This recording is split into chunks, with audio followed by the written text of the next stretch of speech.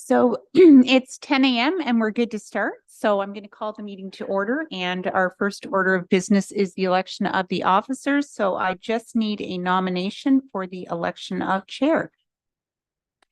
I'd like to nominate Ron Vanderwall. Is there a seconder for that?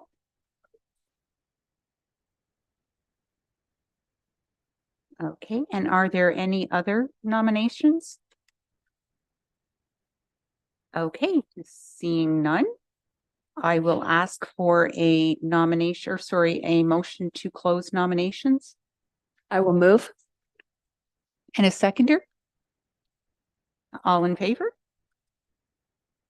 Okay, Warden Vandewall, do you accept that nomination?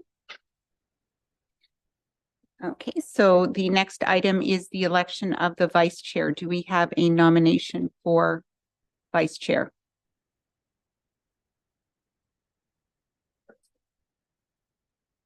And is there a seconder for that? Councillor Greenwood Spears?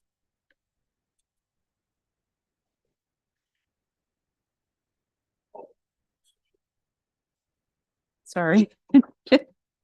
I'm just trying to type quickly.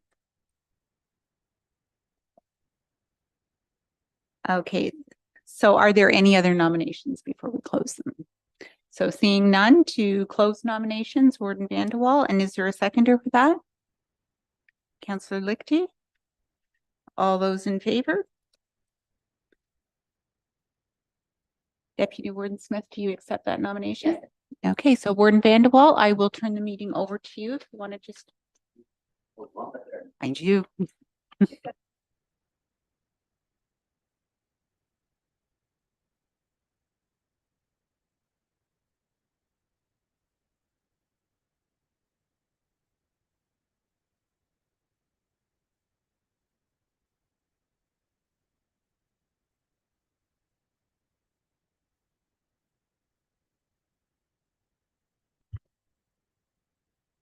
Adoption of the agenda.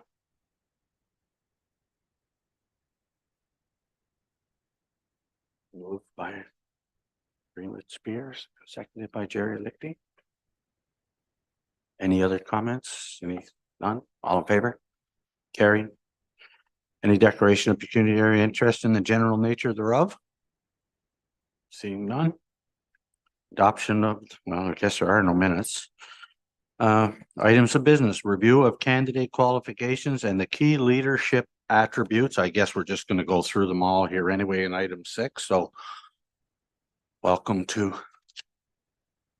Palmer and Associates that are going to work with us here today. So are we okay to go ahead? And Barb, you can hear us? I can hear you as long as your microphone's on. Thank you. Okay. So is there anything you want us to do different here, Barb, or just go ahead? No, I think it's a go ahead, and I'm sure Brenda and Alan have lots of questions that they want to ask about what the committee is looking for in the replacement of the CAO. Okay, then we will turn it over to. Absolutely. Thank you. And thank you for meeting in person. We very much appreciate that. And it makes it so much easier when we have a chance to connect personally with each of the individuals that are on the selection committee. And you have an opportunity to meet with us rather than just being behind that Zoom call. So I think today the number one reason for us being here is to meet you. The second is to be able to have you share with us what I like to call the wish list. What would you like to see in that new CAO? So we're probably going to have, that's a good way for us to start. And then we have the process that's also on the agenda. So we've prepared that colorful page. And also we took the liberty of preparing a profile. So this is what we will use to promote the opportunity when we talk to candidates, when we talk to individuals and say, do you know someone who might be interested? So sharing with us, that one document will be used consistently, and it's a snapshot of what your long job description is. So we'd like you to be able to take a look at that and tweak it in any way that you feel you'd like to see it.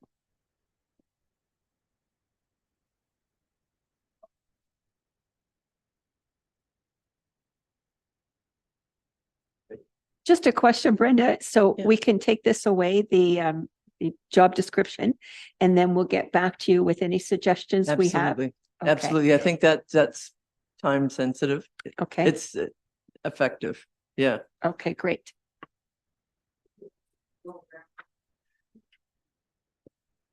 It's going to be fairly informal. Go ahead. Yeah. Judy. Would you like us to go around and give you our wish list now at the start? That's sort of, That would be great. okay. I got one. I think somebody should have graduate level because it's going to be a six-figure salary and it's a complex organization with multi-million dollars involved. Be nice. Sorry. I think they should have a graduate level because it's going to be a six-figure salary in 2024, and at this level with the multi-million dollar budget, it'd be high in my wish list. If they have clerk experience, HR experience, CFO as in chief financial officer, if they have provincial ministry experience, things like that are very good to have because this is a political animal that includes everything from paramedics to Fairmont to 4 different counties or townships, I should say. Also, integrity is very important, that to have them scandal free. It shouldn't be a Google search to find out that they have a long history. And I've seen that happen. I also wouldn't want them to be past investigatees or of the ombudsman or even the unnamed people in that. So a nice clean history would be great. If they have a healthcare background, because we do have Fairmont Home, that would be lovely for administration. That, but that's essentially what I look for in that, in this level, and that they need to have that strong ability to handle the CFO type of queries and that for getting grants and making sure that we're on target in that, because we rely on them and we need to have full confidence in their integrity. Can you explain to me the difference between a graduate and university? University can be a BA and that are a bachelor of something. A graduate is master's level. And then PhD is beyond that. But at this point in time, getting a 3 to 4 year university degree or getting a graduate in business, healthcare administration, public administration, something of that nature, and that it just brings it to a higher level of expertise. And even within that, you specialize that. So you can have a focus within your MBA and management and organizational behavior, HR, marketing, whatever. And that's the sort of expertise that I would be looking for. Okay. Jerry. So I have a similar wish list, but I'm okay with an appropriate university degree, mated with lots of experience. But this is my wish list, and I was thinking about it coming down. First thing I want to see is team fit. How does that individual fit within our organization? We will have to, the organization itself will have to bend a little, but we have employees, we've got this history. I don't want to see us hiring somebody and upsetting this entire organization, turning it around on its heel. It's in a good place now. So I'm looking for somebody who's personable, approachable, who's a broad thinker. They're an independent thinker, able to make their own mind up and not riding in somebody's coattails. Diplomatic, good communicator, very knowledgeable. Someone who's respected generates confidence in yourself or in themselves. So when you talk to them, you know that they're going to do the job for you and you can respect them. We've had a lot of time with the previous, well, especially Fran and Ron, you had a significant amount of time with the previous CAO. This is going to be a new one. We're all going to have to rebuild our relationships. So, and somebody above all who is not a dictator. I don't want I don't want us losing staff or losing public support because we've hired the wrong individual, and it can so easily be done. So that's kind of my initial wish list. Well, there isn't a lot left to say, except I didn't make a wish list. I want another Kelly. I want someone who is prepared to work with the municipalities the way Kelly has done. We've had CAOs that in fact did not do that and actually drove a wedge between the county and the municipalities. And that is not good. Kelly has brought all of our CAOs together on almost all the big issues throughout the county. And I think that's so important. Because of that, I think we're better known in our municipalities than we've ever been. And the CAO is a big person to be credited for that. We definitely need somebody who's down to earth. We're country folk. Even though we border the big city of Kingston, we're pretty down to earth people. And I think that's what the personality needs to be. Certainly not a dictator, because that won't work with council as well as the staff around. And yeah, I think we'll know when we meet that person. My experience in hiring people is your gut is the best indicator of who to hire. I don't have a lot to add. I agree that I like somebody that's down to earth. I like somebody that's not above themselves to answer the phone if you have a question or you need something that, and it doesn't matter when that is, but they're willing to be able to say that's fine instead of something else. One caution is do not go after our CAO because we are thrilled.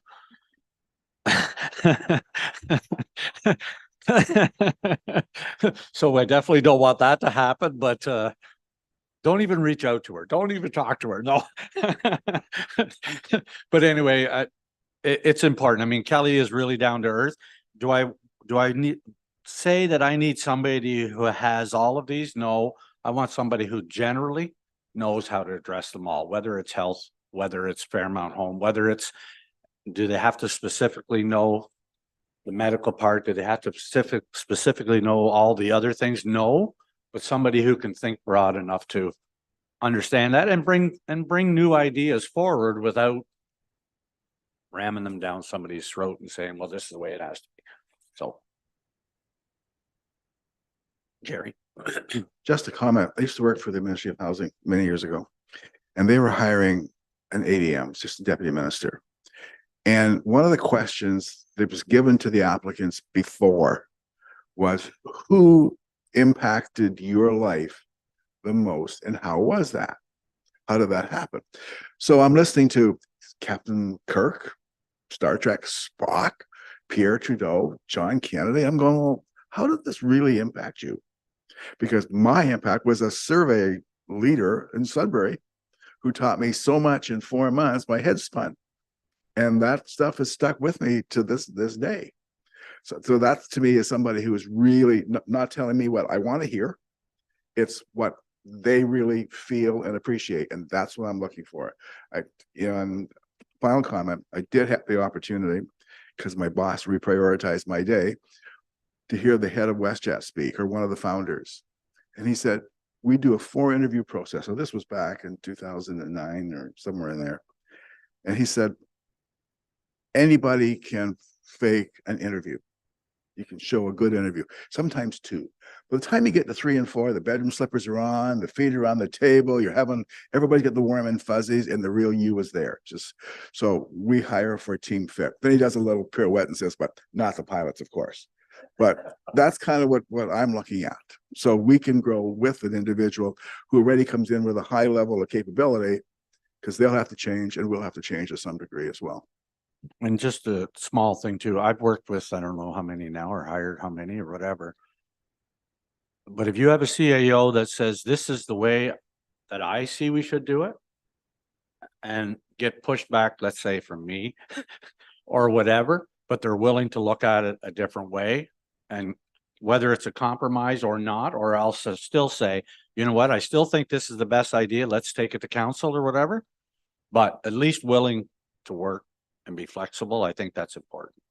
And I think Kelly is, or well, it was, you know what I mean? If things sometimes when push comes to shove, they're willing to say, okay, let's look at it a different way instead of just saying, well, I think this is my way and do that.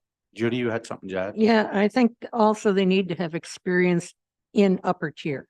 And that, so if they've never had the experience between having a lower and upper tier, that'd be unfortunate. But especially if they had experience in a high functioning upper tier, it would be really good. If they're coming from a low functioning upper tier, not the best. And that's, so we've got room to grow here. Okay. Go ahead again. I think that describes everybody that you ever tried to interview, but anyway.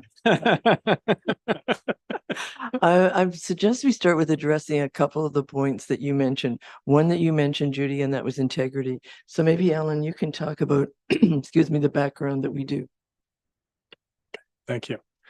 So yeah, this is a big list. So the reason we gave you the straw profile is to give you an idea of what we're trying to do. We're trying to get all the big important things. We'll go back and start to make some revisions based on this conversation to focus people. One sheet of paper people will read.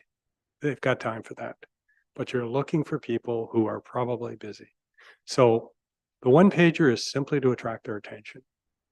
And when we talk about process, we'll talk about how we go from there to making sure that they've been encouraged to do enough research about Frontenac County to really know something about it and what's the breadth of the responsibility. So our list of questions to Barb, which she did a brilliant job answering, is to help us to create a little bit of the bigger picture. But whenever I have a candidate, and some great points were made here already, the very first thing that I'm going to do is I'm going to find a second source to validate that CV. Whether it's pictures, social media accounts are reviewed. If we see, all the media, although Google has caused a little trouble for us lately, we can usually find that out, or we'll reach out to people in the area from which the individual is from to say, tell us a little bit about so-and-so. So we've had an opportunity to work in most areas in Ontario. I have certainly in some of my future or previous jobs, particularly with the Red Cross, I had the opportunity to make connections with public spirited volunteers all over the province. And so often I can contact some of those people and say, tell me a little bit about so-and-so. How are they regarded? I don't have to tell them what I'm doing, or, it's just to reach out. But between, the personal contacts, the social media, and the fact that virtually every person that's going to apply for this job has a profile on LinkedIn, we can get a good idea. If we feel it's important to do a criminal reference check, we can do that. If we feel that there's a concern about any of the credentials that are being put forward, we can also check that. So that's how we get to that stage. We'll also talk a little bit about how many times we've spoken to these people before you even see them. And when you see them, that'll be the third time we've interviewed them. So we're beginning to really get to know who they are. Brenda and I worry in the beginning first, this is somebody who speaks well enough and can convey that they have an understanding of what this kind of role is. And can I validate their resume? Once that's done, then Brenda and I will sit down and spend a significant amount of time with them to understand who they are, what's important to them, kind of what drives them in terms of values, et cetera. We're less focused in our work at the beginning on, their skills and competencies, because we're going to be suggesting to you perhaps a set of interview questions that's going to help you get at that. But we're going to bring you a short list. We feel we're doing our job when we bring you a short list, a small number of people. I hate to say, could be 2, 3, 4. It's not going to be 20. That's not a good use of your time. You're paying us so you don't have to do that. So you're only looking at the top tier. On that note, though, if you get a short list of, I'll just use 4, and there's somebody in there that one of the committee knows that it's not comfortable, is that appropriate then at that time to say that? Okay. Yeah. Okay. Yeah. Yeah. Judy? Just when you're mentioning that, you know, the skills come later in that, I'd hope there'd be a practical aspect for computer programs and that some of the basics, whether it's Excel or the word suite, and that because a lot of what their job will entail, and that is being able to navigate that. And I've never taken it for granted, and it's always been part of an interview that I've done. Yeah, I mean, we're going to touch on, those are kind of pretty fundamental skills. But yes, that's kind of on the hygiene list. You know, if you can't turn on a computer and you don't know how to use Microsoft products, at the very least, you probably. Assume anybody that's got 10 user experience in this sort of a level of position, if they can't do that, they're me. So, yeah. Part of that is that there's always new programs, for example, for elections and things like that. So they have to be able to pick up on more than that. But I have been surprised before. Okay. No, good point. Certainly the people that I've met over the years, and it's been a lot of years in the CAO positions, are very talented people. I have a comment. It's something Judy said. She's not wrong. I just don't want to let it go by because Judy said we should be looking for somebody at a upper tier now. Well, I think we end up sharing CAOs among upper tiers, and we very well may get somebody from there, and that would be our first choice. But my issue is I wouldn't want to disqualify somebody who's not at that level, but who's capable of being at that level. Because how do you get from this level to this level? I mean, we aren't the region of Waterloo, we aren't the region of Hamilton, Wentworth, and whatever, and so on. We are, you know, we are large, but we're not huge. So, I mean, but there are lots of individuals who are just there, and this is their stepping stone, and they may do extremely well. So, Yeah.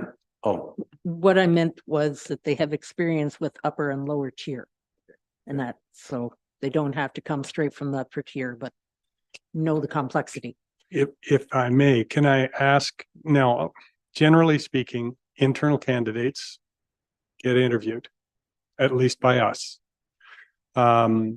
Because that's, in our view, that's kind of respectful. But, you know, in an upper tier municipality, how you describe, internal applicants is an important question. So I know none of you want to lose a CAO.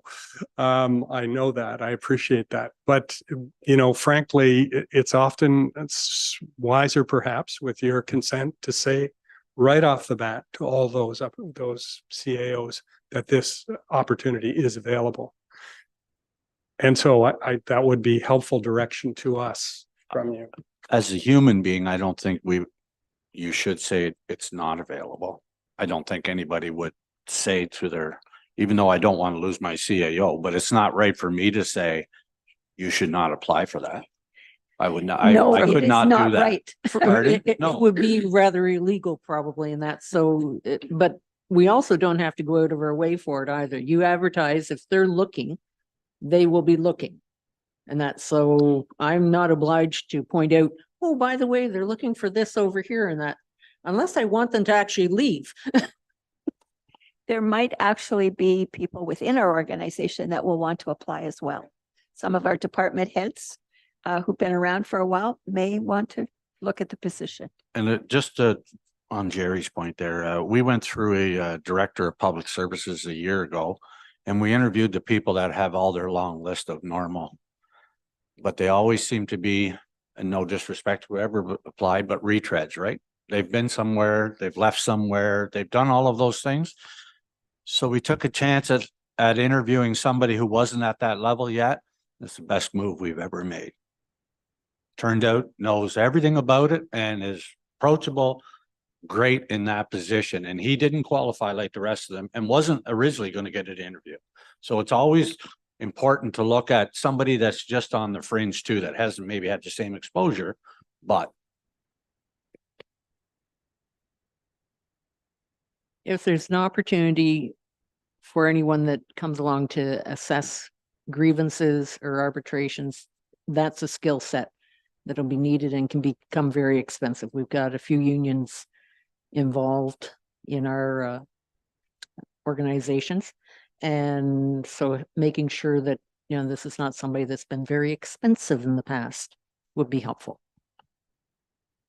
You need to understand it, but we do have professional people in those roles too, right? They need to know the grand picture, but they don't need to know how do I do HR or how do I do finance, but they need to recognize that the people that are doing it and they're doing it right, but I don't think they need to know everything about that. That's part of the stuff. Or say you want somebody with financial skills. Well, of course you want somebody that knows enough how to move the spreadsheet or make a comment on it, but he doesn't have to be the director of finance. The backup. Yeah, well, it's our ideal wish list. So go for the top rather than.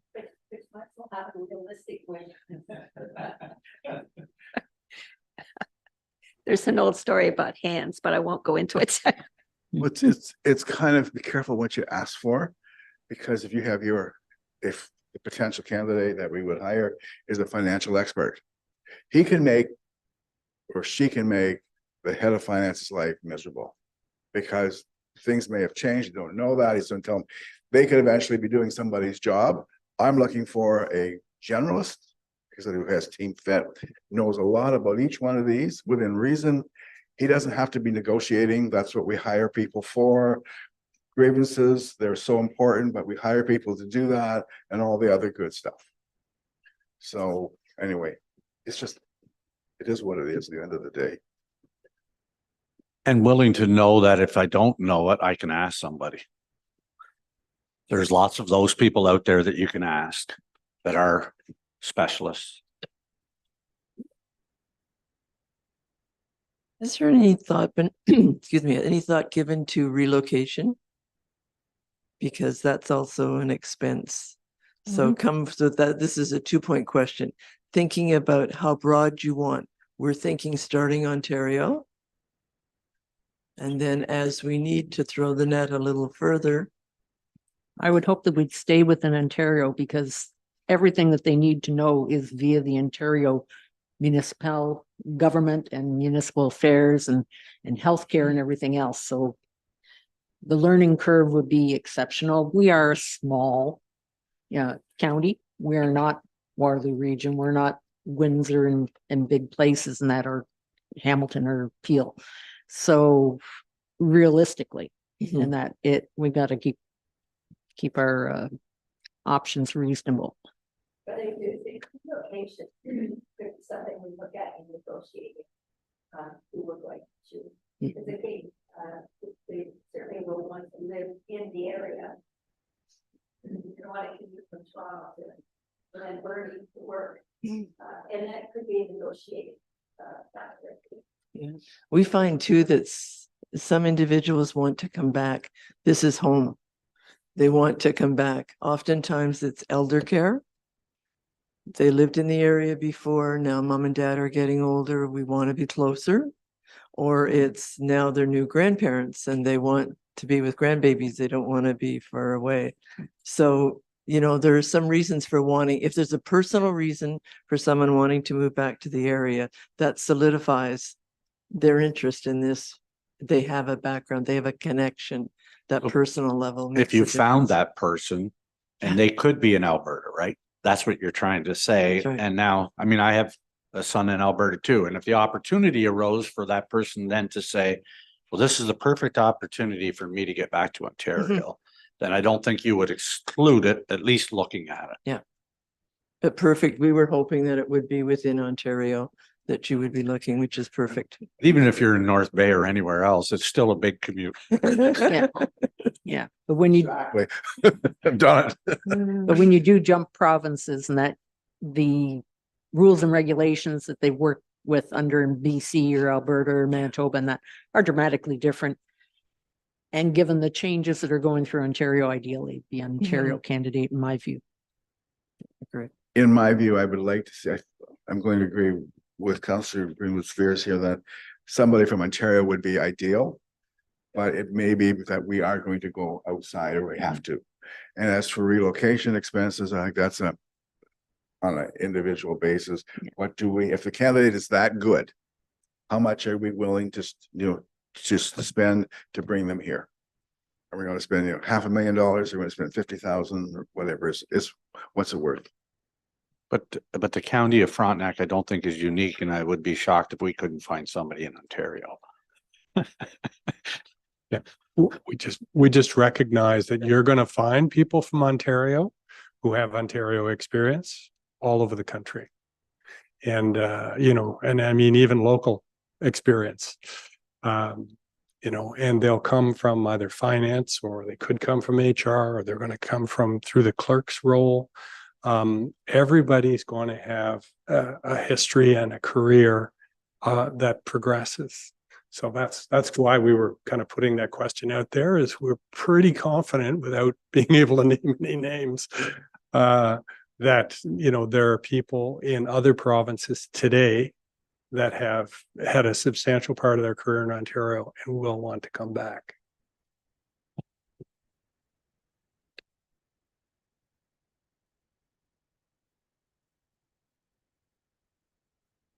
They need to also be able to work in Canada, because you may get international applicants and that really don't even know the hoops that they have to jump through to try to get employed here. I think even if you looked at Mr. Pender's history, he started, I think it was private sector, then he went as a public works somebody, then he went to, a CAO of a town. And so, I mean, there's been a whole bunch of, and that's growth. So. The one area that we'd like to also is help us to be able to sell this role. We're God's country. What else do we need? God's country. I love it. I love it. Come live on an island. Got water, trees, islands, rocks, you name it. Dark skies. Beautiful light Thousand skies. Islands. Well, I think it's important to International connections. not only express that how close we are to the city of Kingston, but also how rural we are with lakes and trails and all of those things that a lot of, I'll say, your 40, 50-year-olds are looking for with their families or whatever, right? So that's important too. I mean, when the Ice Stock International thing came to Harrismith, those people that came from other countries were shocked at how beautiful it was here. So I think, and if they've been to Queens or they've been to everywhere, guess what? They remember what it was like back here. But exactly, like Kingston in the area is just absolutely phenomenal compared to other cities. We've all got stuff, but we have the history here. We have a teaching hospital, engineering. We even have a prison. All the other good stuff.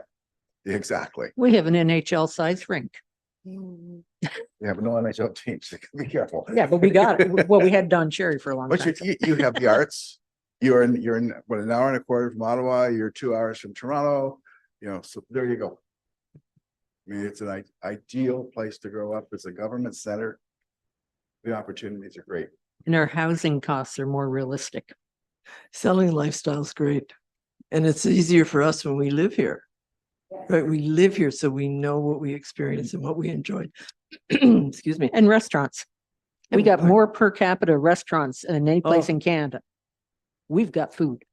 Yeah. But if Yeah. you've learned anything in the last 10 years, the people that you talk to that moved here came from the big center, right? They came from Toronto, they came from somewhere, and they're just absolutely loving. Now, a lot of them are at the different part of their careers, but that's why they're moving, right? So. And again, post-COVID.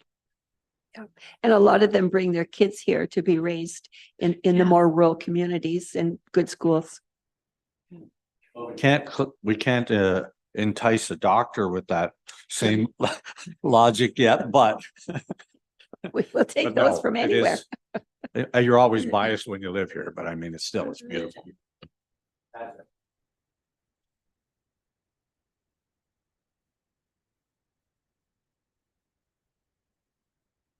And it is interesting when you think about, you say the Don Cherry or the Dan Aykroyd. I mean, I can remember my niece being with me, and in Kingston, and she's going to university in Peterborough, and we're walking down Princess Street, and I stop and say hi to this couple and cute little dog, and as we're walking away, I said, "Oh, by the way, that's Gord Downey's parents." And she went, "Oh, the hip. So she was like freaking out. I can't wait to tell everyone.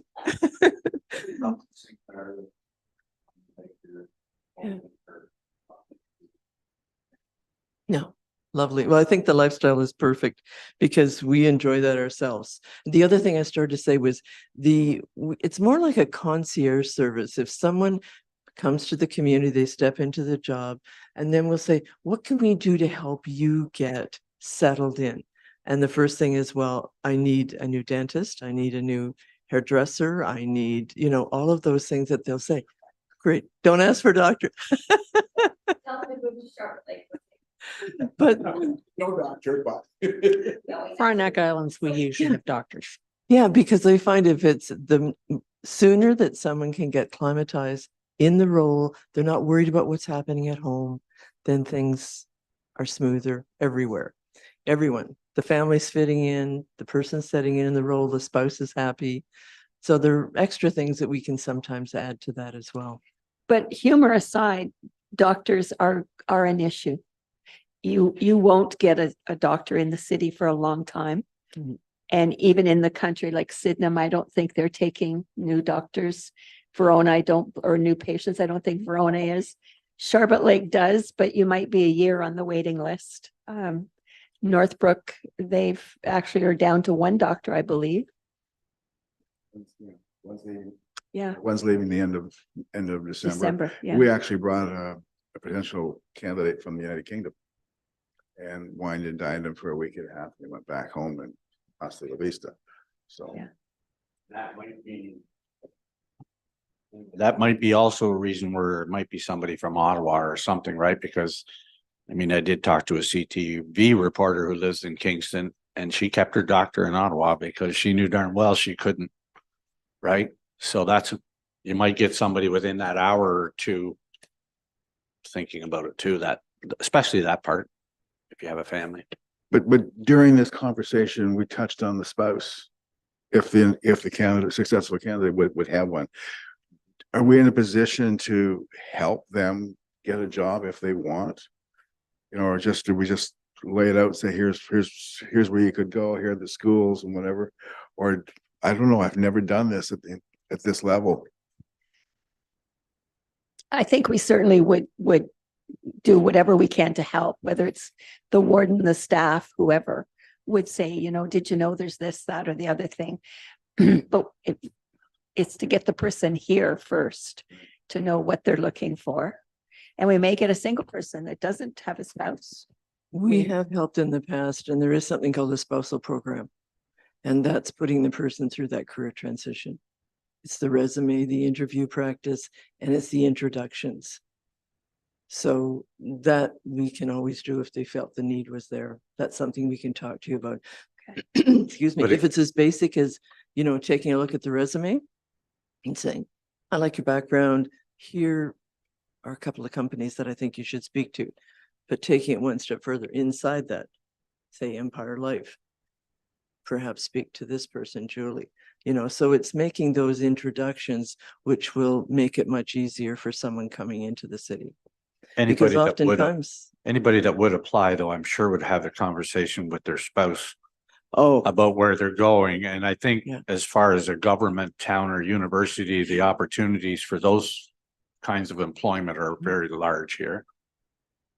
So Yeah. that's a great point. And this is probably the right time to address it is we will develop something we call a candidate brief. It's intended for probably less than 10 people from this candidate pool, but the ones that really have that look in the beginning like they have the background we're looking for, we're going to send that to them. And there are two pieces to it. The first part of it really is to outline what the opportunity is in terms of their professional role. So it talks about how many employees you have and what your budgets are, and what the expectations in the job description are. The council, all your pictures will show up there. but it's not a, it's not a document for public consumption. It's a very limited audience. But we try to get that right, particularly factually. So in the front half, it talks about you. In the second half, it talks about them and the process that is laid out. So the whole interview process, but within it, we have a section we call candidate due diligence. So there's no point wasting everyone's time. If you haven't talked to your family and a relocation is involved, don't, we ask candidates to consider that. We don't want that on the far end after all, everyone has put in a lot of effort to identify a successful candidate to find out that they haven't talked to their family. So there are issues of fact. So if you've got questions about the benefits or anything that relates specifically to the job, we expect the candidate to ask that in advance. So we're all going to be doing our due diligence, and we expect our candidates to do the same. Which I agree with, but I went through a whole process where we interviewed a guy and it was the pick. And at the end, he said, "But you don't expect me to work for this pay." And I said, "Are you serious? After all this time, tell him to get lost then." And we did. Yeah. That's what we did. I said, "You cannot ask that question at this point. You knew what it was applying. Yeah. Everybody knows." Yeah. And all the way down to the final person, and then said, "But one thing I do want to mention, you don't expect me to work for this." Yeah. So, okay, well, that's Yeah. enough of that. When we present candidates to you, great. This is great. I love these conversations because we end up getting into all the things that are really important. That's one of the questions we ask candidates right up front before you even see them is, what's your financial expectation?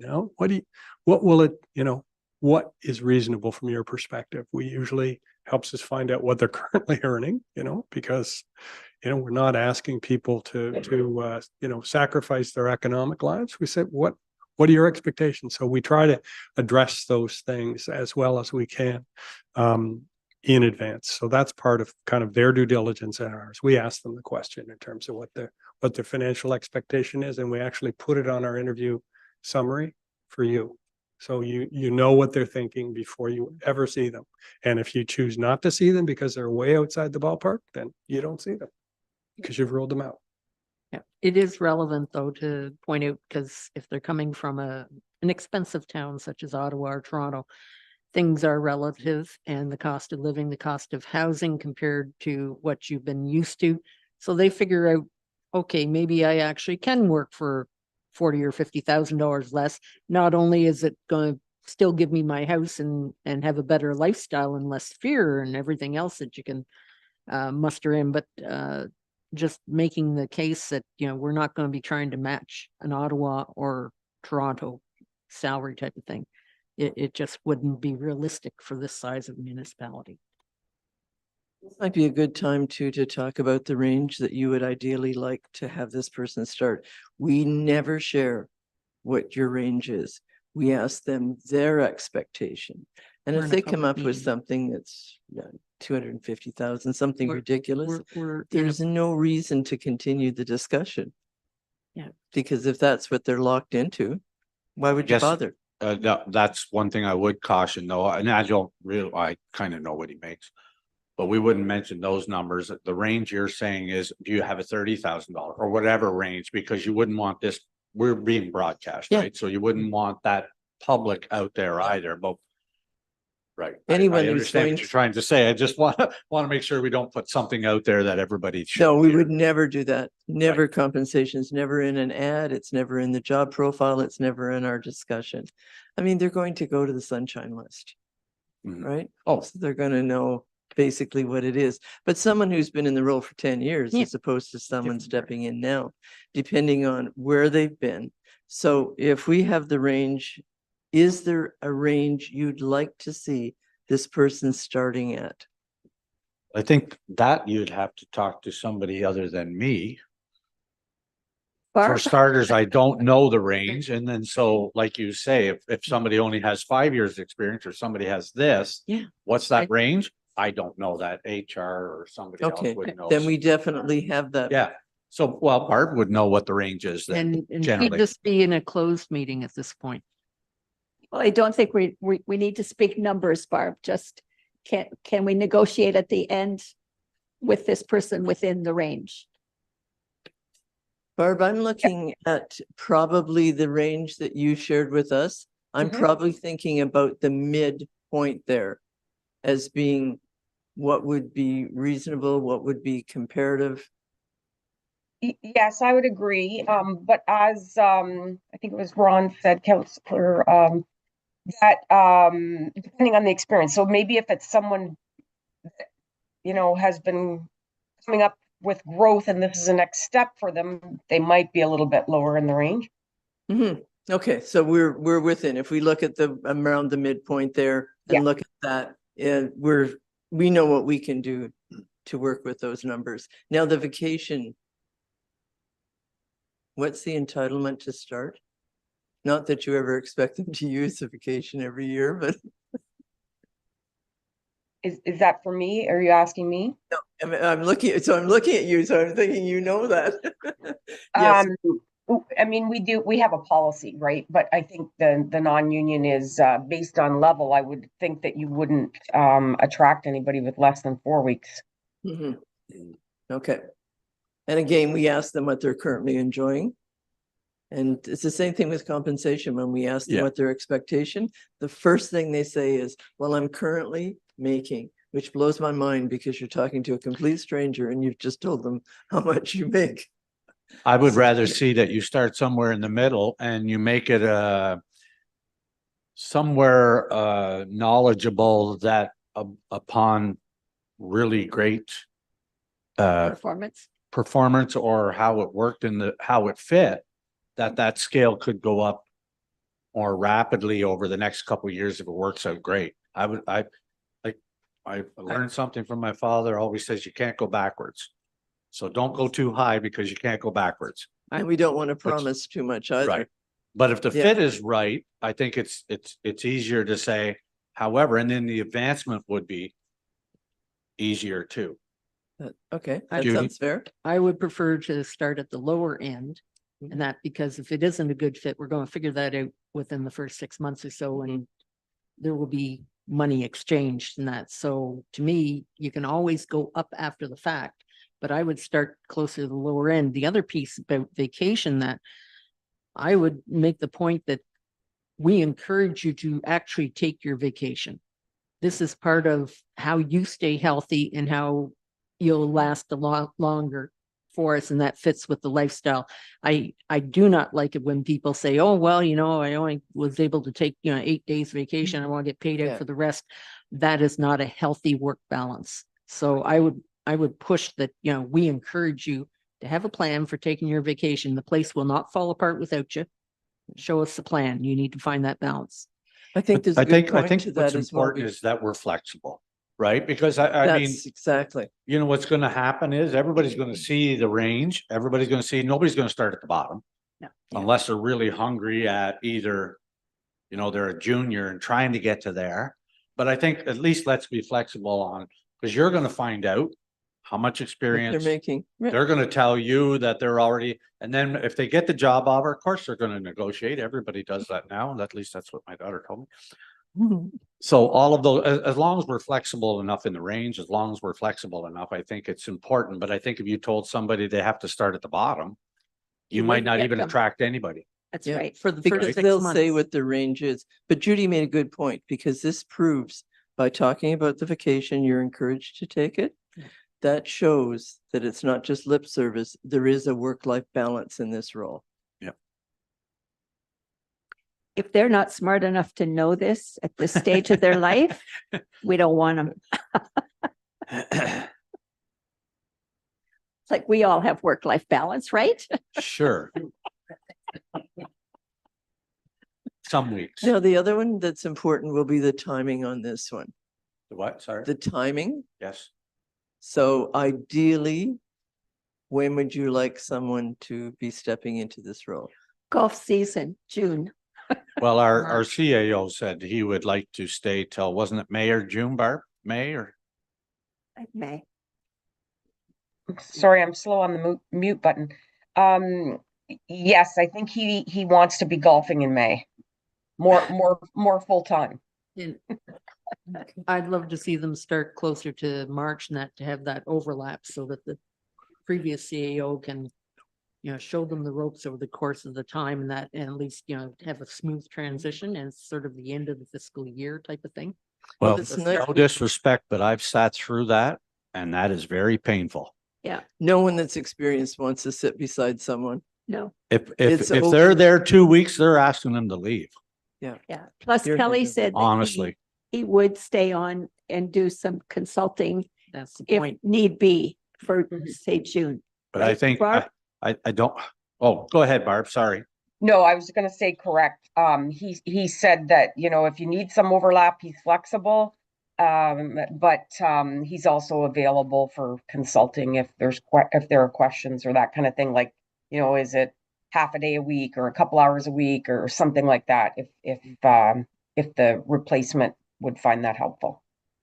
'Cause, Also, the successful candidate, once you've interviewed, extended that offer, they still have to give at least 4 to 5 Mhm. weeks notice. Yes, And we always want people to leave from one job and come into another with a break.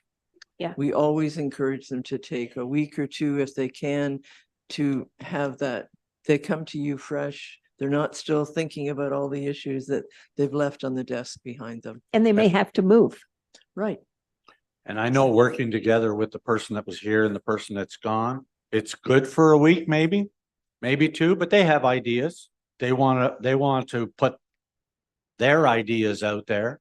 And we had one person that was leaving and said, oh, well, I'll give you a month. And oh my God, after a week or two, he said, okay, that's enough. Yeah. Work from home, whatever, Mhm. but right, the new person wants to be Do their- new and they want to do And this. these are And- very professional people that are coming into these jobs. They don't need to have their hands held. And anything will be documented as far Yes. as major projects, that will be documented. They'll spend that first few weeks getting to know the team, Yeah.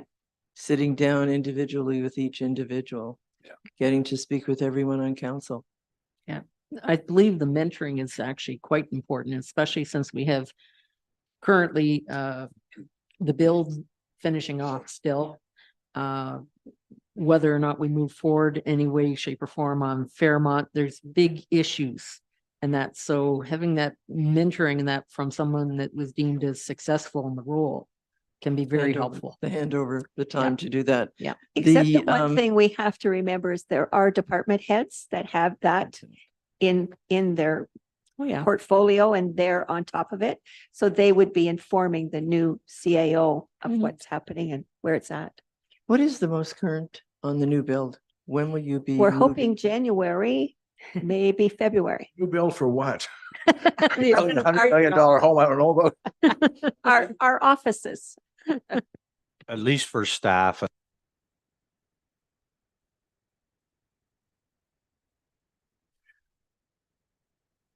My thought on the handover is at the most an hour or a day, the very, very most. Because like we've all said, you want to start a new job. The job of the outgoing individual is simply to say, welcome, here's kind of some of the things, call me, and they never do call. But you do have department heads, everything's all set up. If we've done our job right, it'll be a go. And, I've never called a previous incumbent before. And I don't know of anybody that has. When I became mayor, I did, and that was absolutely a waste of my time. So I just don't do it anymore. I just don't.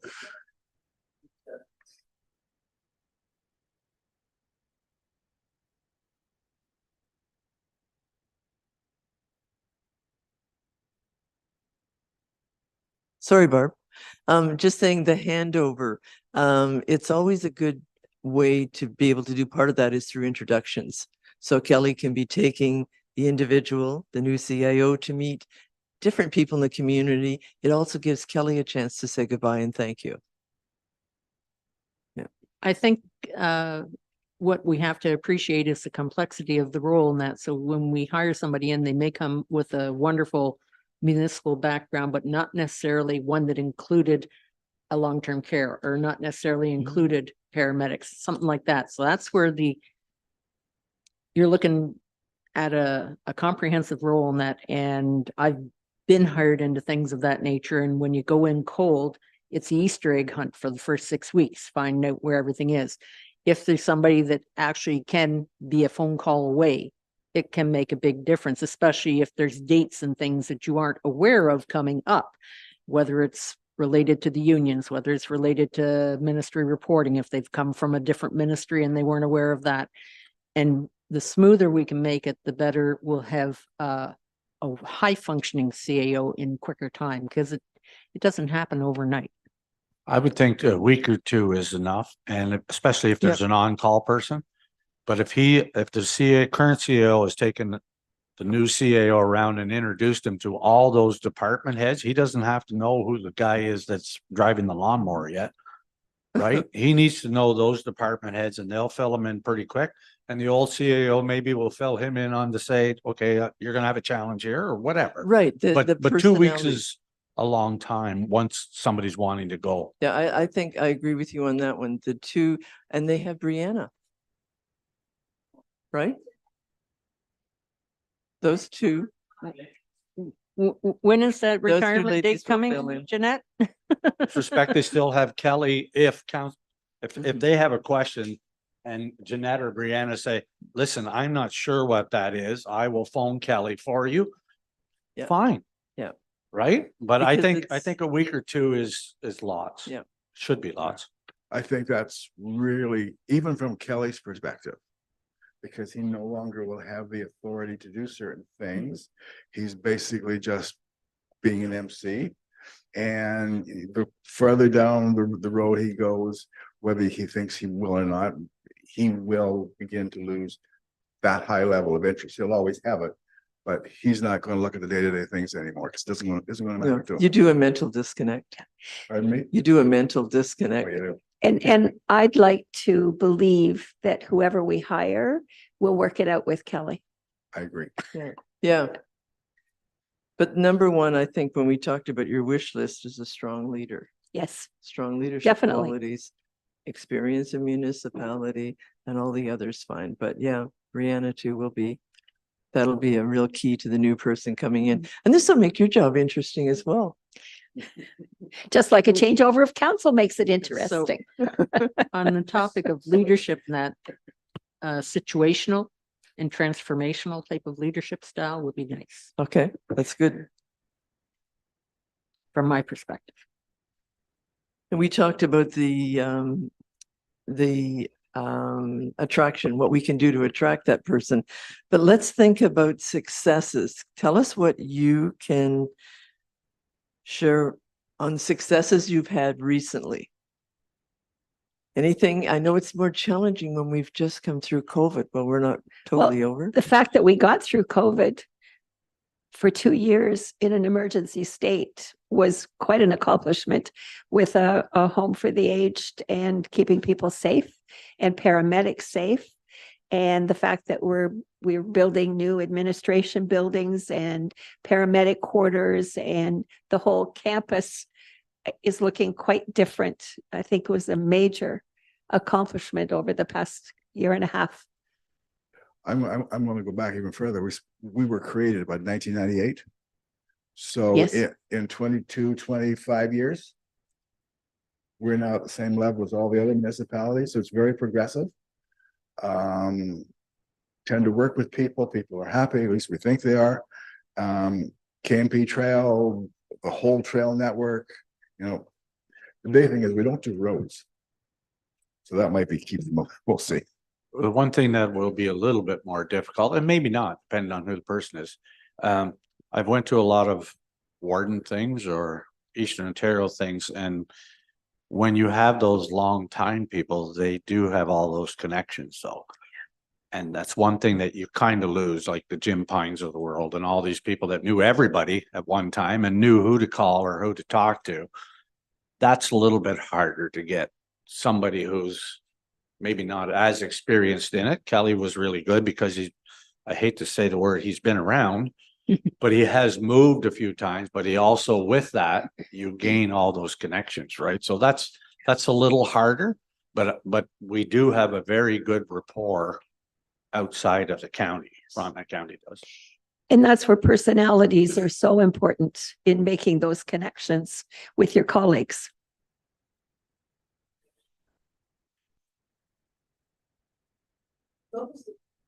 What's the point of someone that's charismatic? They walk in a room and it's like they engage people easily.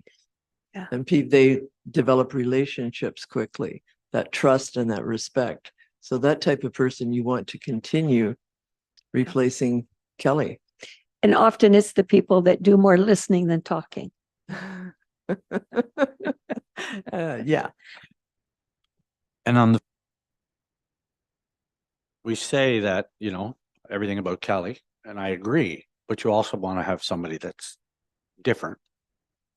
Right? You want to have somebody with a different idea or a new idea or thinking different too. I mean, you don't want anybody to take the wagon and tip it over. I understand that, but you just don't always say, well, we want the same person that left. You want somebody to build on what you've already done. Yeah. And they've been through, as you say, the mistakes. So what did we do before? What did we learn from our mistakes? What can we do better in the future? So If- let's flip it to challenges, because we're going to be asked that question. What do you think are the biggest challenges stepping into this role?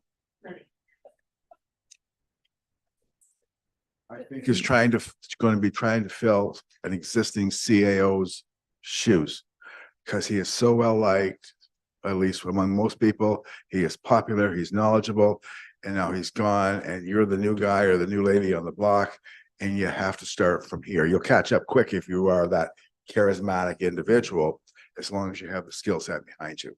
And that's exactly what I'm looking for. I want to come in here and be comfortable talking to whoever gets this job. Sorry, whomever gets this job. English is not always the best. One of the big challenges, the decisions on Fairmont Hall going forward. The challenges of Fairmont Home going forward, whether we rebuild or renovate or whatever we do, and how we pay for it over the years.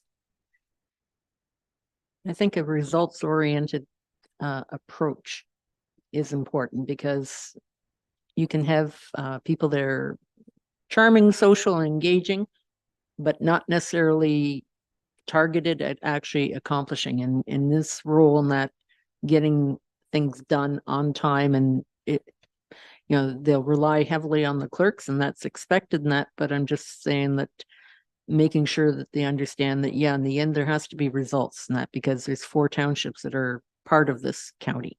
And that's, so it needs to produce results. I'll have another meeting about it. You got it. Another meeting. Now, you had mentioned the Fairmont. When will the decision be made as to what direction you'll be taking? Well, we've been working on that decision, and it's probably going to have to be in 2024. I would say. Ron, would you say that? That would be ambitious, yes. The decision. This term, I'll say. Yes, that's, I can agree with that. Yeah. That's a lot of money. Okay, so the challenge around Fairmont right now, are there any challenges for Oh, this person? Or is there a strong administrator in place? strong administrator. I think the challenge is keeping people Yeah. safe, but also the fact that the building is getting old and it's going to have to either have some renovations that are going to be costly, or do we bite the bullet and build something brand new and expand the size of the home? Another 32 beds, I believe we were speaking about. Okay, We, just a caution, a little bit of a caution. Frontenac County has had a somewhat of a difficult relationship with the city of Kingston. We've had a couple of issues where we actually ended up in court. And I will say on a, I guess, a slightly negative note, Kelly didn't get along that well with some of them in that organization. So there was some difficulty there. We did get it all ironed out and everything was okay. But I mean, they are a big working partner. And so there, we have contracts together that, you know, needed to be honored and then weren't. But we did get through all that. But there is that is a pretty big connection, I would think, too. Sorry. So ideally, living in the townships versus Kingston would be sort of nice. Ideally, living in the townships versus Kingston would be sort of nice.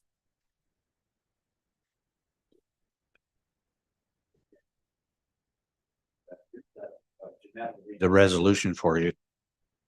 So in terms of Fairmount Home, County Council had received a report back in October on the various options that were available. And the decision that they made was to go with option 3, which was namely to modernize the current site, but they're going to add 32 beds. So there will be a total of a 160 bed facility. That's the option we're looking at, not totally new yet. We're looking for the information on that.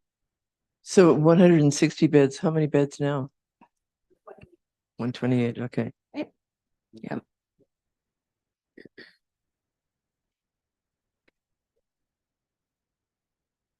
I And- remember the last reno. Actually, because I was managing home care at the time. So I remember the 78 bed expansion quite well, and it was well done. But it was, it was a real challenge, I think, at that stage in the game. I think it always is. So, yeah.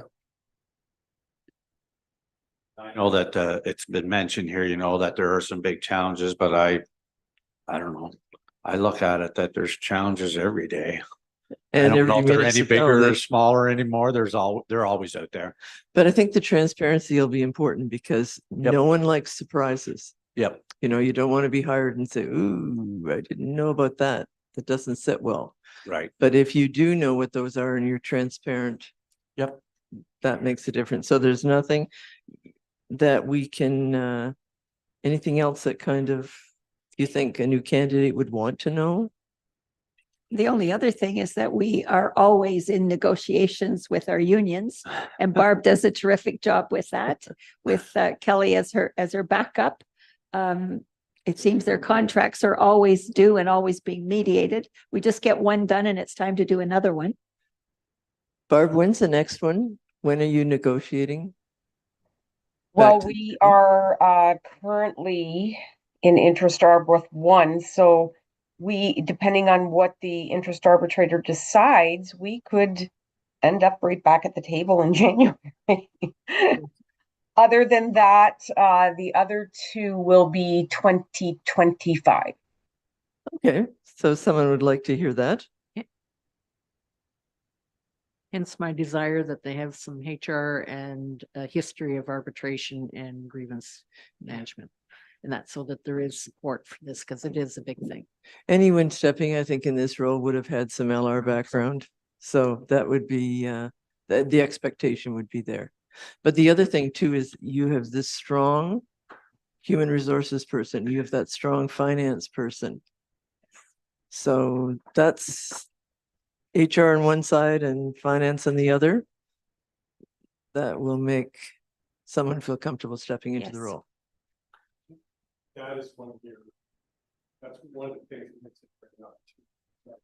One of the things that makes it a great opportunity is that you have a really good team behind a CAO in terms of, HR finance.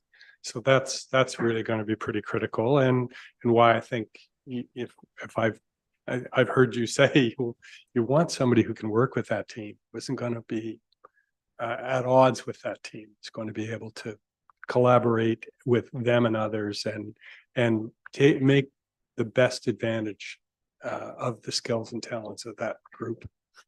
So fair enough. I think over the years that Kelly has built the team to be even stronger than they were when he first arrived. And I think that shows in the day-to-day work that they do. And along that line. Each speaker. Along that same line, I'm kind of the idea that a new CAO should be looking at 4 to 6 months, just learning the organization before trying to make changes. I always get really leery when someone's here for 2 or 3 weeks. Oh, we got to change this, change that. Means they've been listening to the wrong person, or they don't have a full understanding, in my opinion. So the organization will have to change a little, because I think of it more of a flexing, but we still want it within this overall feel good, environment that we've got now. And I recognize that not everybody inside this envelope is going to be quite happy, or everybody has their own grief grievances and so on. But I'm looking for someone who can actually manage that entire situation. Sometimes the efficiencies are the one that a new eye can put onto a situation. So with an efficiency comes a cost savings, and that's always welcome. Which is great as long as they know how to present that.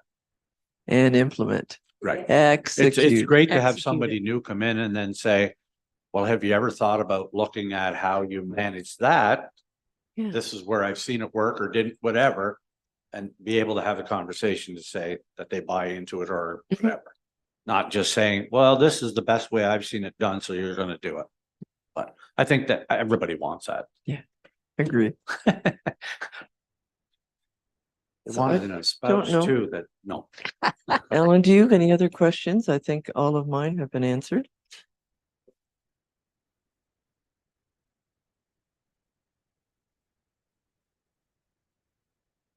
No, we're good. So do you want to move forward to the next step of the process? The next step, I mean, Process. we've kind of discussed on the history and the future challenges. That's done, right? Mm-hmm. I think the preferred advertising is that's just Yeah, a no. we've talked about that. Yeah, so what we, you know, what we find around advertising is our recommendation is certainly provincially, we would expect to advertise with the Association of Municipalities of Ontario. There are 3 or 4 there are a couple of other associations, so AMCTO and the Association of Municipalities, et cetera. They're not as inclusive as AMO. So our experience has been that AMO kind of is a good benchmark. There are also opportunities to put out national feelers, but again, and we would get some Ontario people there. We would expect you to put it on your website as well. We're cautious about advertising only because on some platforms, our experience is that about 40% of the candidates actually know what they've applied for. And so you get a lot of noise and it's a time waster. So we try to use advertising in a way that's most likely to deliver us people who actually work in this field and who are thoughtful about what they're applying for. And to use our own kind of networks as well as we can to get it out to people we're connected to. So that's usually how we would start. And it looks like we probably want to have coverage in that advertising probably the end of January. I don't think that's going too far. We'll get most of the interest. Yeah, I think when people have an opportunity to put their feet up a little bit over the holiday season, that will be helpful. And that'll allow us to really dig in through the month of January and get through the applicants so that we can bring them to you, somewhere, I would think in the February timeframe. Have you considered making contact at Roma, which is coming up January 21st, 23rd, and which is the Rural Ontario Municipal Association.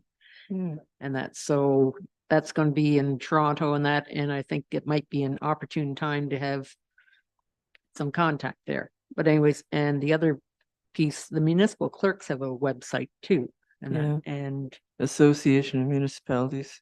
yeah, that's AMO on that, but the clerks have their own website. No, it was mentioned. That's It was- AMCTO. AMCTO, yeah. Thank you. Of clerks and treasurers. Okay, look, that has 444 municipalities in Ontario under their membership. But So, Roma is just rural ones, so it's sort Yeah. of, so and what are it's sort you of- suggesting as far as the connection there? well, there's vendors tables that you can easily get and that, but at least having some circulation on the Roma website or Okay. anything of that nature, you're fishing in the right pool. I would say though, Judy, that anybody that's going to Roma is also a member of AMO. Yeah. So Yeah, if we but do they are- AMO, we're gonna get the CAOs that are also attending Roma in January. It's just the timing is pretty opportune that to hit January, AMO's opportunity is in August and that. But the AMO Association sends stuff out on a weekly basis. When do you think the ad would be ready in January?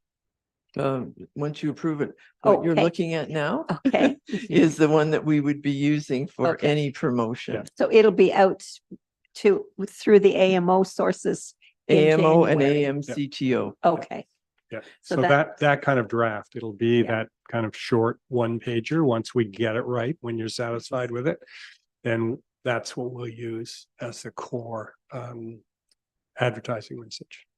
But knowing that advertising is a complement to the search, it's just shaking the bushes a little bit to have someone take a look at it and think, oh, that's the second or third time I heard about that. word I'm of gonna mouth check it is- out. Yeah, exactly. And reaching out to people because they can reach out to us confidentially because we're not going to be letting anyone on council or the mayor know. So they can explore this a little bit more, talk to us a little bit more about it, and then make that decision. Yeah, I think I want to put my name forward for this. And if I've learned one thing, I have a daughter who's an HR manager. They know every job that's open everywhere. Yeah. You're right. And anybody that's looking for a career change know where every job is available. That's right. And the ones they want to explore and the ones they don't want Yes. to. Yeah. Yeah. So that's what you mentioned a few minutes ago, reputation. Yeah. That's going to carry you in such a long way. But we will check out ROM and just see what's there. If it's something on an ad on a website, that makes sense, but having more presence than that probably wouldn't give us the best bang for the buck. I would not put a piece of paper up on the billboard in the lobby to say somebody looking for a job. No. I think the appropriate way is to go through those Mhm. channels. Absolutely. A whole bunch of CAOs will likely be at Roma. There are a lot, and if you think too about the number statistically of how many are retiring within the next 3 to 5 years, that number is pretty scary. So are you saying then that the advertising will be done and it'll close by the end of January?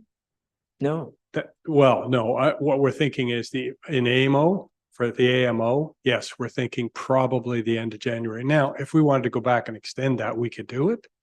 But that should give us good coverage, given that we have a holiday season and then the month of January. Just as an initial entry into the advertising side, it'll also give us 6 weeks, 7 weeks Right. now to get it out there through our own networks as well. So then what would be the closing time that you would cut it off to say, we're gonna start looking at the applications? Is that the end of January? We would say, yes, publicly in the ad, we'd say the end of January. Yes. To Okay. answer your question, but we don't wait till the end. We look at them as we go. No, Yeah, exactly. absolutely. Yeah, I was just looking at the Start early in the January. desired hiring process here, Yeah, I so. think, yeah. You could use the byline when position until position filled, rather than giving a We firm don't put date. it, never if do we that? can get away with it, we don't put an expiry date on it. Right. so- Because someone can come up at the last minute and think about it, and then it's too late. Right, so. We don't want to miss out on a good So candidate. until position filled, and that way, if you end up with somebody even early on, Mhm. that really does tick all the boxes and you want to move forward, you're not tied to holding on to the end of January. I think though we need to work backwards. If we're going to start interviewing people in February, are we looking at a start date It's getting long. in May? Like that's a long time to be interviewed and then start a position. Well, probably if we look back and reflecting on what we were saying, I think we could start this ad campaign. We would start it right away once it's approved, as far as being on our site and your site. And the word we start to get out, but doing the official, the first week in January, all the ads will go up.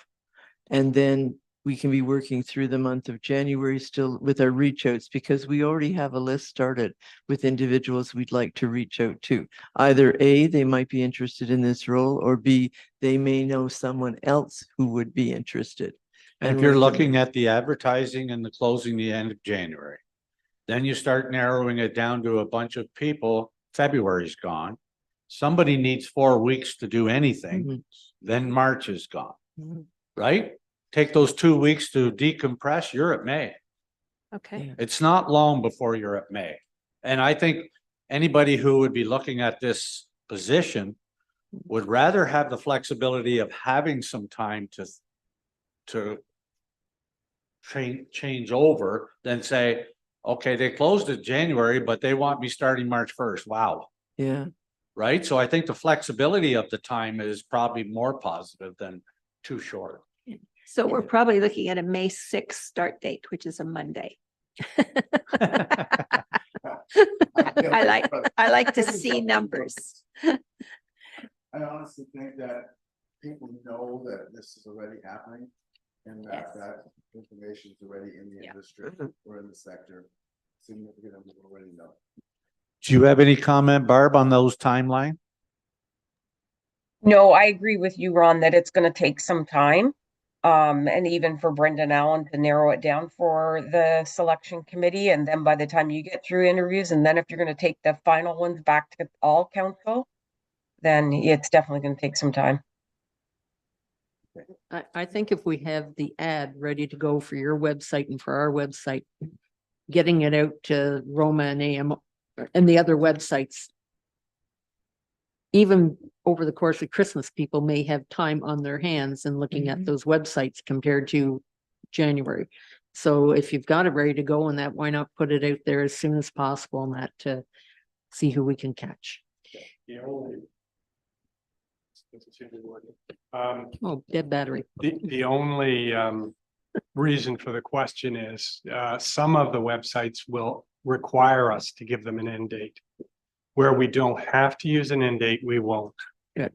But where we're required to, that's why I was trying to get kind of some consensus around what that date would look like.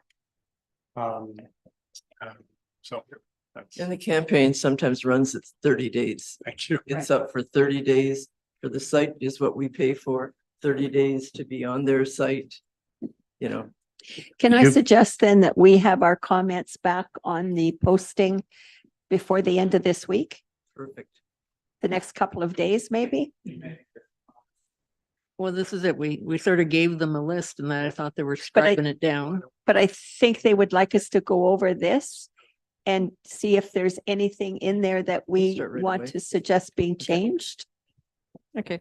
Yeah, so we'll Brenda try to said- incorporate what you've given us today in a revision. I wanted you to have something, Yeah, a concrete example to look at and to build from. So yeah, so what I'll do now, and I tried to build in the competencies from your existing framework just into your draft. Okay. And so we'll do our very best to build in your comments. So there's into going to be this. another draft Yeah, come. I'll do and that. Then we'll Yeah, comment. Yeah, Okay. Yeah.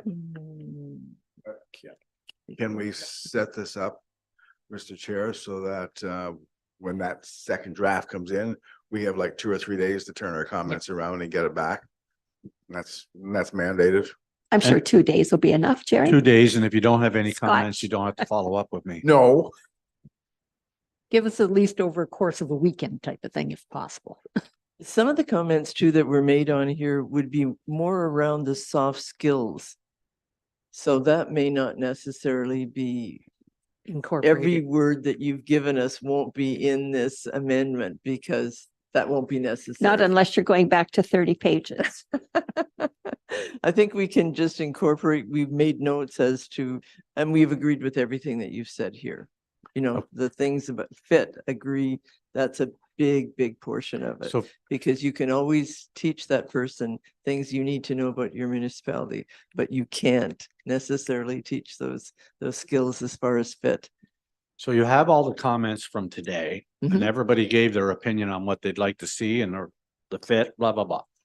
You're gonna come back and just refresh the yellow sheet just to say, okay, and now this is what I've got, Mhm. right? Right. So I think if a counselor here just has a comment, that's one thing. But if you're gonna have a comment where all four of you need to get together, you can't do that by email. Right? If we're actually creating a meeting by email, we can't do that. So I have no problem with this is what it is. Is everybody comfortable? If somebody wants to make one comment or not, but I think at some point, then you would actually have to call a Zoom meeting or call something to say, we're gonna approve that, or if there's no comments, then you've approved it. What more do you need? Jeanette, you make sure you tell me if we're doing it right or wrong. That's all. I don't want to get in trouble. There's too many mics on. Judy's never shut hers off. There we go. Now try it. There we go. Sorry, that's correct. So you cannot carry on business through email. If you're sending it out to individual counselors and they just send their comments back to you and you incorporate it, that's one thing. But if you need that whole thing approved by everybody, it needs to come back to a committee meeting. So it's always best to provide things like this in advance of the meeting so that they're attached to the agenda and members can look at it ahead of time. It just speeds up the process. I looked at this and I don't see a whole lot that I would change in it. And I'm thinking if we're going to end up with comments going back and forth, that's another meeting. It's another 2 or 3 week delay, if not more. And then where's the next iteration? Do we do that once or twice or whatever? You know, is this good enough to go forward with it? You're going to actually tweak it, send it to Jeanette, and it is what it is. If it's really horrendous, we could always pull it back and change it. I agree with you. Comfortable with Let's refreshing. take, if we could take the next 10 minutes at the most, and please just look at it right now. If there are any comments, we can incorporate them in, and then we're all agreeing with the wording. I've had a quick look at it and you're the professionals. We're paying you to do this. I'm not the professional of doing this. And you can change and add all kinds of different words. Yeah. The person who's interested in this position is going to be applying for it, whether we use the word That's right. professional or skilled or whatever. Because you're just wordsmithing. You're wordsmithing. And Yeah. I don't think you've done this long enough. I don't think I need to wordsmith your document. Thank you. I'd like the vote of confidence. I agree. So I agree. The only thing I see slightly missing is maybe, I know you said government agencies, but different levels of government, maybe. okay, That that's word, fine. you know, because we're gonna work with the province. Yeah, Pardon? that's It good. just says government agencies and manage the complexities of a wide range of stakeholders, which is true, but it could be different levels of those stakeholders, right? It's not only the province.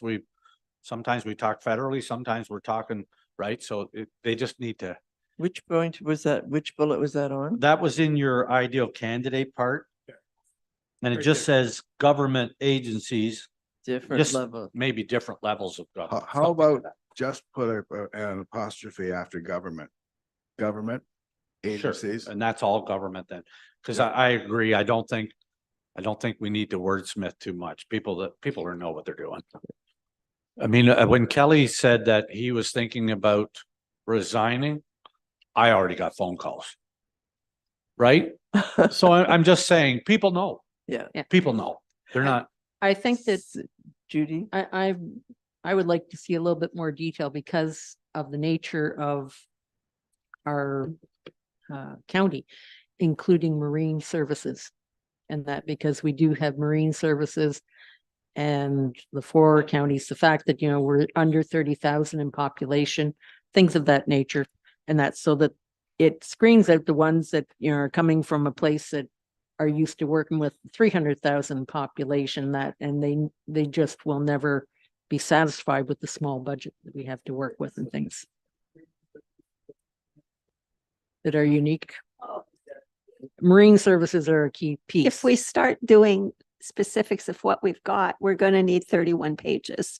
Because not just marine services, we've got trails, we've got dark skies, we've got, like, you got to think more than just the islands. It's throughout the whole county. It's sort of unique People though. will search us on the internet and they'll see what we're all about. If they don't, so be it. They don't Barb, know you what have they're your getting. hand up. Sorry. That's okay. Thank you. I was just going to ask Brenda and Alan, based on the conversation discussion they've heard today, do they think there's something missing from the posting or profile that should go in? Not from my point. I think Okay. the candidate brief, you've made some good points, Judy. The candidate brief, which is the one that will be prepared, will address all of those. Because then you can go down the road that Kelly's the weed inspector too, you know, Yeah. right? So I mean, at some point, I don't want to get into the weeds. Yeah. It's high level. People know what they're doing that are applying, and you know what. And that's a value add that we offer over and above that candidate brief. Will look polished, professional. It's Yep. maybe 15, 20 pages long. So it's really, and then again, once that's been developed, Judy, you can add any of those other that apply to islands or whatnot. You can tweak that to make sure that we've incorporated the things that are important to you. And we can put that as an asset as opposed to an expectation. So seeing we're all here today, let's agree that generally we're good with the ideal candidate, Good, everybody. right? I have, of course, right? Municipal Service Corporation. Should that be in here? That's a challenge. Yeah, okay.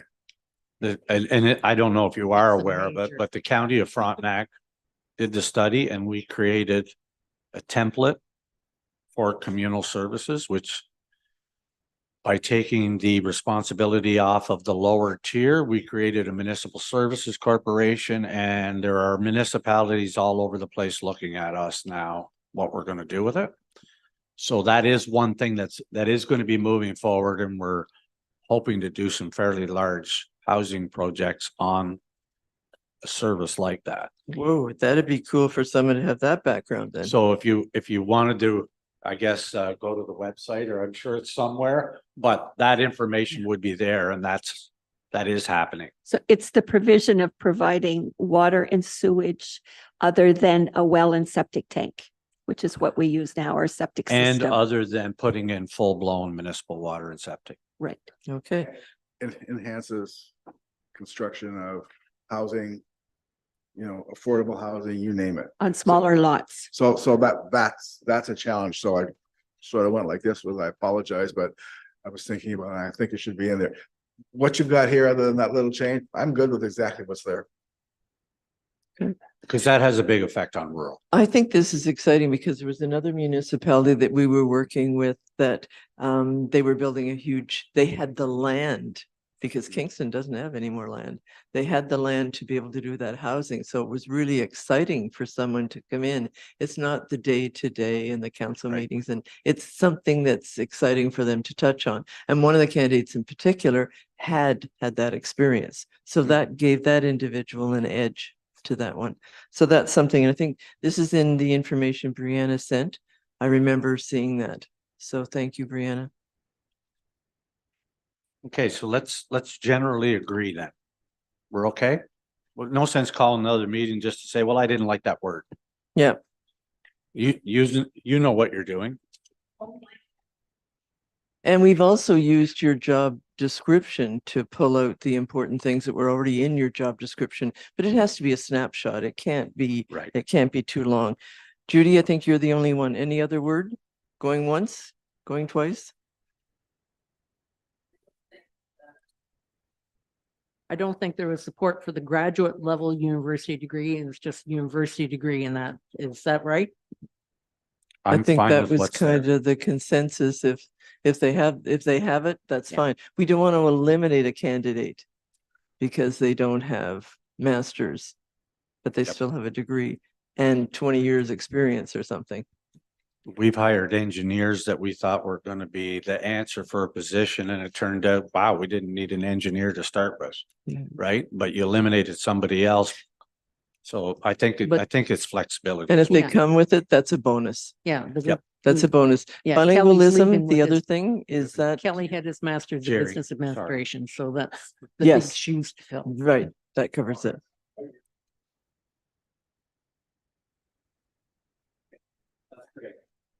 So we have a timeline then too? that it's going to be closing, it's advertising, it's going out the end of January, and then February, we're going to start a process where you're going to start short. We're going to start the advertising sooner. Yeah, but Yeah. it'll be done, that portion will be wrapped up with a list or a short list by end of January, let's say.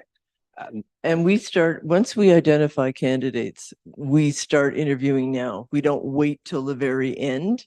The only thing that happens at the end is our presentation to you, and we'll meet with you. Again, that would be probably in person. We'll have a folder like this with every resume, that aiming for hopefully 3. Attached to that resume will be our interview notes. And Alan and I will have spoken to the person doing the screening, and then the 2 of us are on a call or in person for each interview. Because each one of us will pick up something that the other person didn't. And then sometimes you'll go off and ask a question that one of us will look and think, where was that coming from? But, you know, it just gives us a good feel. We want to look at the fit for the organization, and we want to make sure that that person has the depth of experience that you need. When you get to your, I'll say 3 preferred, Mhm. do we get to see that before your 3? Because if there's a name in there that sent a flag, Yeah. Yeah. we wouldn't want to go through the whole process of saying, okay, now we get all the way down to something that we didn't care Weekly. for, or. Yeah. So when we come down to a list, we're going to present that, we're going to review that list with you.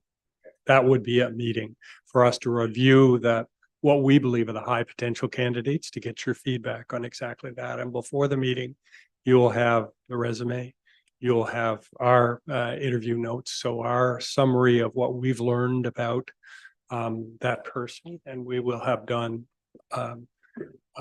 background work to make sure that we, you know, are presenting people that So the final 3 that everybody sort of agrees on. Yeah. Then we do that here as a committee for those interviews along with you then, right? For those 3, and then Yep. we get it narrowed down, and if we pick one, then it goes to county council. That's and right. they have it. I thought county council was going to be interviewing the 3. so I don't what- know. Jeanette, isn't that what we had said? Barb? What we usually advocate is that you, as the, you know, as the selection committee, would do that first round of interviews and then subsequently make a determination. Do you want to bring 1 candidate or 2 candidates to the full council?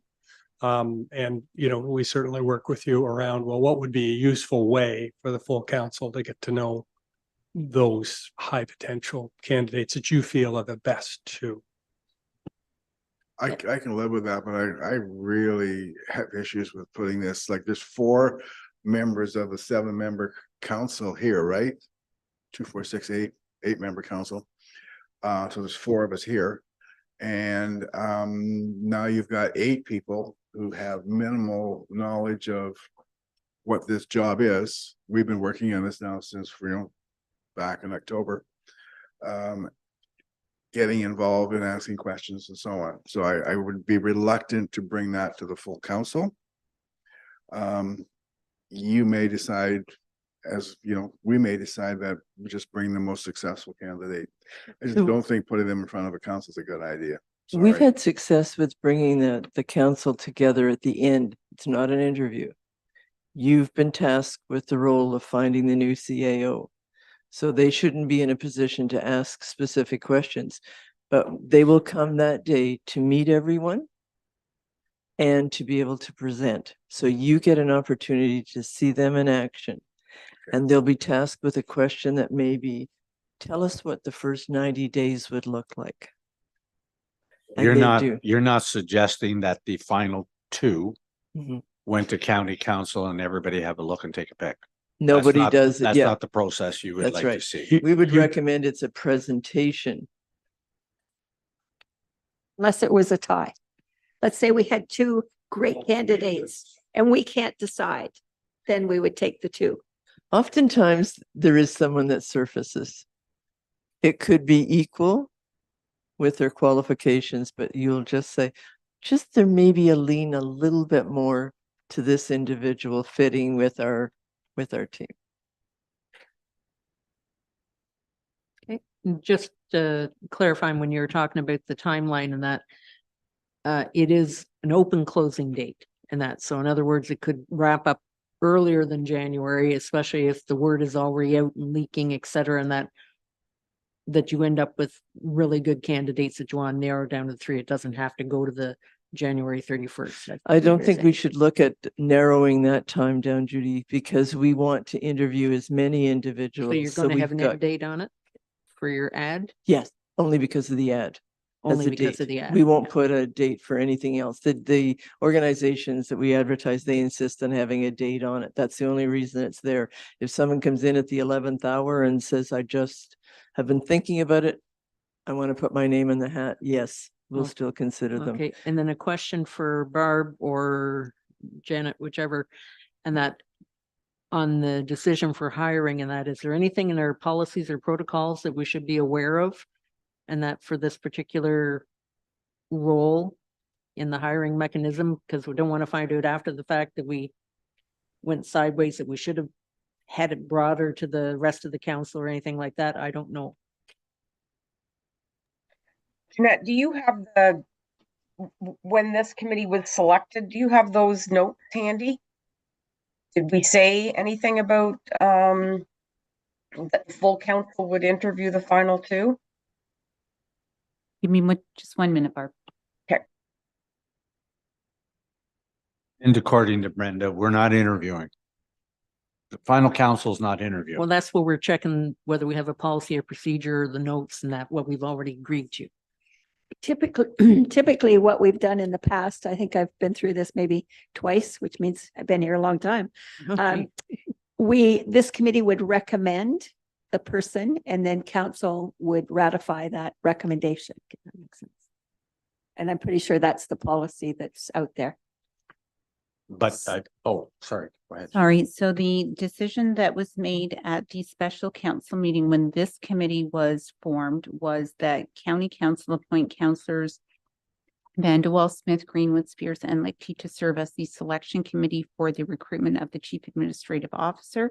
That Councillor Smith be authorized to serve as the point of contact with Palmer and Associates during the recruitment process. And just that the procedural bylaw be amended to include the terms of reference and mandate for this committee.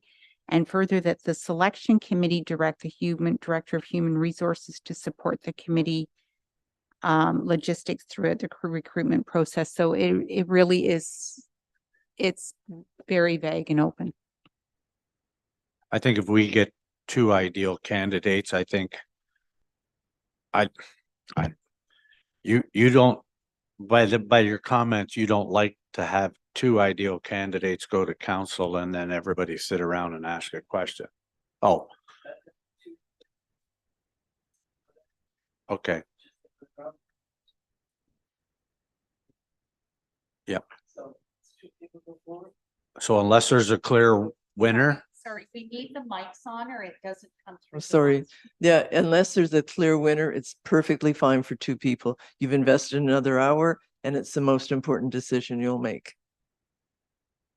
But again, it's always, I look at that final interview as a courtesy interview to the other people that are counselors, so that they're not going to, on day 1, you're going to say, I'd like you to meet the new CAO.